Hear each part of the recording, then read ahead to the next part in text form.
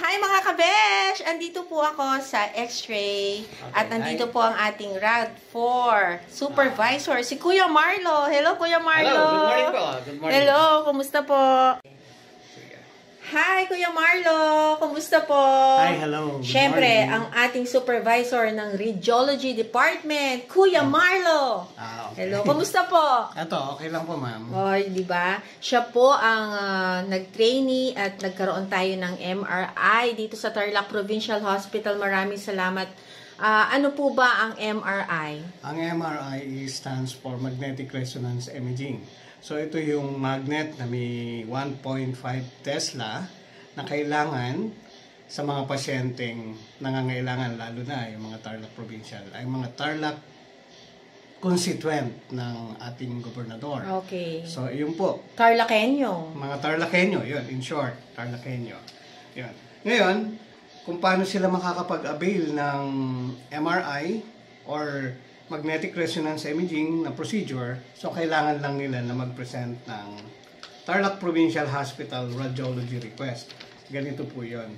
So, kailangan po natin na meron pong ganito para makakuha sila ng Galing sa doktor yan, no, Kuya yes po, Marlo? check up sa atin dito sa Tarlac Provincial Hospital. And then, kailangan lang ng ID. And then, after that, pupunta lang sa malasakit. And then, wala na. So, walang bayad, in short. So, kumbaga, ang pasyente, lahat po qualified. Wala naman po hindi. Para sa Tarlacenyo, Servisyong Maya. Yes po. Ayan. Servisyong Maya. Oo. Ilang buwan kang nag-trainee niyan? 2 months, back 2022.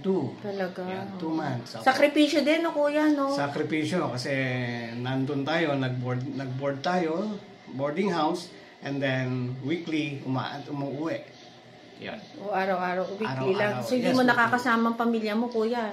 Yes, Just for the possible. MRI para sa mga ating kababayan, no? Opo, kasi kailangan natin na magkaroon talaga ng training kasi para ma-implement na maayos yung ating MRI dito sa Tarlac Provincial Hospital. Nakasama ko rin po siya sa medical mission for 1.5 or 2 years almost, no? Yes po. Napakabait niyang siya po ay Mission. nag-medical mission sa Servisyong Maya. Maraming salamat, Kuya Marlo, di ba? Yeah. Oo. Bakit hindi ka sumusuko sa buhay, Kuya Marlo? Ay, kailangan meron ka pang pangarap sa buhay kasi kaya ayaw mong sumuko. Habang may buhay, dapat ayaw mong sumuko. Di ba? O, di ba? Supervisor na po yan, hindi sumusuko sa buhay. Magpapatuloy. Maraming salamat, Kuya Marlo. At ipapakita mo kung paano yung MRI. Yes, po. Thank you. Mga kabesh, kailangan po nating ihanda ang ating mga sarili pag tayo po ay nagpa-MRI. Sa paghiga po natin, kailangan wala na po tayong mga barya sa ating mga bulsa. Wala po tayong mga relo. Wala din po tayong kwintas. At wala po tayong hikaw. At syempre po yung mga belt natin na may mga metal, hindi na po dapat nakakabit yun kasi malaki po na pwede tayong makuha. May possibility po na mamagnet yun dahil magnetic resonance imaging po kasi ito. So hanggang maaari po, wala pong bakal tayong mga nasa katawan. So mag-uumpisa na po tayo. Lalagyan po kayo ng Walkman sa ating mga tenga para hindi po natin naririnig yung parang mga tunog dun sa dulo kasi parang merong nagpupukpok, something ganon pagka ikaw ay nakahiga na. At wag na po kayong gagalaw. Hanggang hindi po natatapos ang procedure, kailangan hindi po kayo gagalaw kahit kating-kati na yung ulo nyo, yung paa nyo, yung kamay nyo.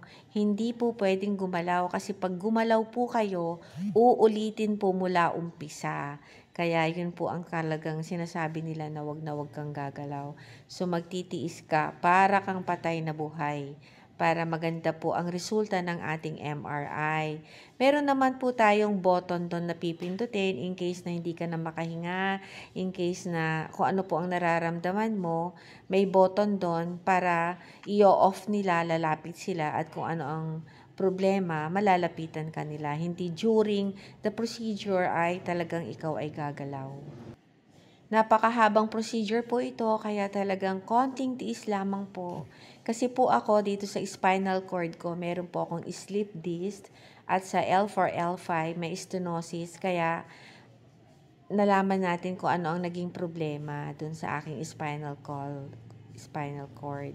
Kaya ako pa yung nagpapasalamat sa Tarlac Provincial Hospital na meron tayong mga ganitong procedure na MRI na napakamahal po talaga. May pagkakataon po na yung mahihirap nating kababayan ay talagang wala silang babayaran na makukuhanan sila ng MRI. Maraming salamat sa inyo, sa Tarlac Provincial Hospital, kay Governor Christian Yap. Thank you, Kuya Marlo. Thank you Okay. so much. Bye, Kabesh. Thank you so Bye-bye. much. God bless you, Kuya. Thank you. More power.